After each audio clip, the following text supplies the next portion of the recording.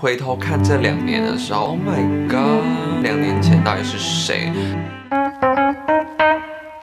？Hello， 大家好，我是汉利旭旭。今天呢，我要来跟大家分享我2年来脸型的变化。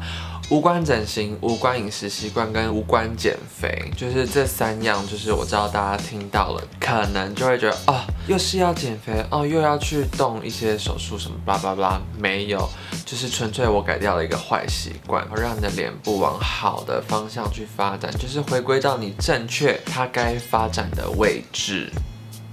因为我就是平常很喜欢看一些文章，然后看到一些什么粉刺，什么5个方法，什么巴拉巴拉，我就会点进去看。我在2016年6、7、8不是，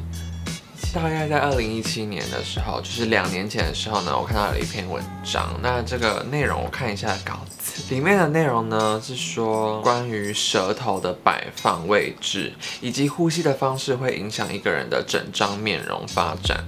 内容提到，用嘴巴呼吸会使下巴后缩，然后让脸部中部塌陷，更会影响到你牙齿整不整齐。然后睡觉会打呼啊，很多不好的问题会发生，就是一连串都是不好的趋势会连带的发展。其实我最近就越来越看到很多的，不管是欧美 YouTuber 还是亚洲 YouTuber， 就是会做一些关于这系列的影片，就是很多人把它做成了影片。那时候看到这篇文章，我心里就想说，哇靠，我就是用嘴巴呼吸的人。因为你知道这种文章里面就是会引用一些医生说，引用一些真实的例子，让你不得不去信服。那它里面就其中说到了2个姐妹，2个双胞胎姐妹，一个是用鼻子呼吸，然后一个是用嘴巴呼吸。那就是多年之后呢，那个用嘴巴呼吸的那个，不知道是姐姐还是妹妹，她的五官就是比较立体标致。天哪，她还有图片的对比图，让我觉得服了。看完那一篇文章之后，我真的花了很长一段时间，而且非常煎熬去改善我换成鼻子去呼吸这个习惯。因为用嘴巴呼吸比较方便，是吸很大口也吐很大口，就是呼吸的空间非常的大。一换成鼻子，你就会觉得那空间变小了，你就会吸的比较深，吐的比较长，就会比较。就是一开始就会觉得有点喘不过气来的那种感觉，就会变成，然后鼻子是，废话不多说，先给你们看一下那个对比，就是我2年前左右拍的影片，当时和现在真的差非常多，尤其是我的眉毛。但是很明显的就是可以发现，2年前呢，我的鼻子是比较圆润的，然后我的咀嚼肌看似不发达，但是其实会使我整张脸的比例看起来非常的圆，非常的肉，所有的肉都堆积在我的苹果肌上面。相较于现在呢，我的下颚骨虽然比较发达一点，但是整张脸的线条让我的五官会比较适合，就是融合在一起的话，看起来是比较舒服的。我的身高呢一直是175公分，然后体重一直维持在57到60公斤之间。但是2年前很多人都以为我是一个小胖子，就是很多人看我的影片就说哦，就是我是一个肉肉的男生啊，什么看起来很可爱，巴拉巴拉巴拉。但是没有，175公分，57公斤，很瘦好吗？一直到现在我体重都没有变，但是我更喜欢现在的状态。尤其是我当初在剪这一部影片的时候，我觉得超级惊讶，因为它跟我以前比起来的鼻子真的是差非常的多。这个鼻子的立体度真的是不是我以前拥有的立体度，就是尤其是侧面非常的明显。你们不觉得很神奇吗？我只是把我的坏习惯改掉而已。但是当然就是原本如果就是用鼻子呼吸，然后你舌头摆放位置都很正确的人，那你可能就是真的都就是比较偏向正确的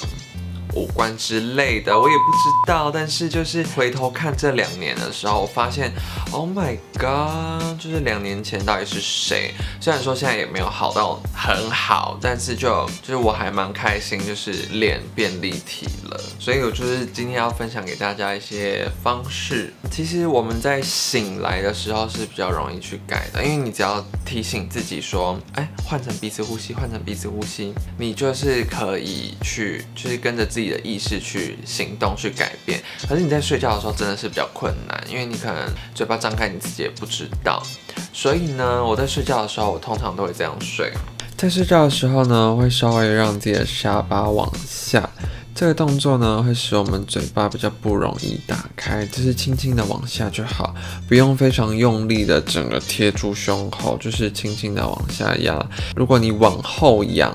绝对你的嘴巴会非常容易就打开了，就是会打呼，可能也是因为这个原因。再来是你舌头的摆放位置，当我们轻轻合上嘴巴的时候，舌头要尽量的往上贴在口腔的上部，并轻轻的碰上牙齿的上排后方。然后最重要一点就是记得一定要时时刻刻记得自己嘴巴不要张开。有一点呢，你在中途你在做大概1-2个礼拜的时候，你会发现你的牙齿，因为我原本呢下排牙齿是比较里面的，会这样，就是这是上排牙齿，然后这是下排牙齿是这样子，然后到中间呢它会慢慢往前推，但是那时候我觉得不是说很舒服，就是我的牙齿不知道为什么会。你会不知道怎么闭合，那一整天你就会一直执着在这一块。那时候呢，我就会想一个办法，把你的嘴巴张到最大。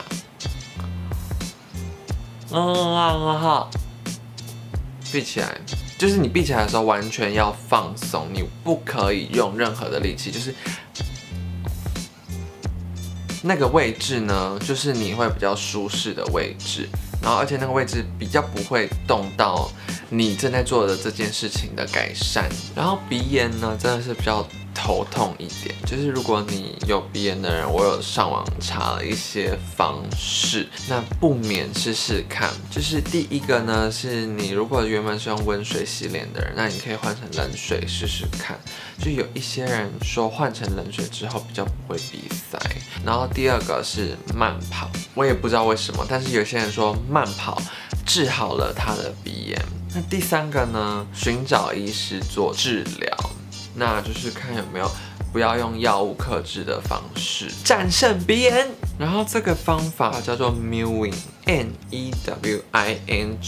就是大家如果有兴趣的话，可以上网 Google 一下这个词汇。我2016年的时候看到那个篇文章呢，是比较简略的，就是我会找一些就是比较详细，然后比较近期，然后跟一些 YouTuber 的影片我放在底下，有兴趣的话当然可以去看一下。如果你们做了2个礼拜至1个月有效果的话，一定要在下面留言给我，超想看就是其他人的成效怎么样。那如果喜欢我的影片的话，请订阅我们以及开启小铃铛才可以接收通知哦，也可以追踪我的 Instagram。就是我上面会有一些，就是分享一些我的保养跟彩妆试色都在里面。好，那我们下次见，拜拜。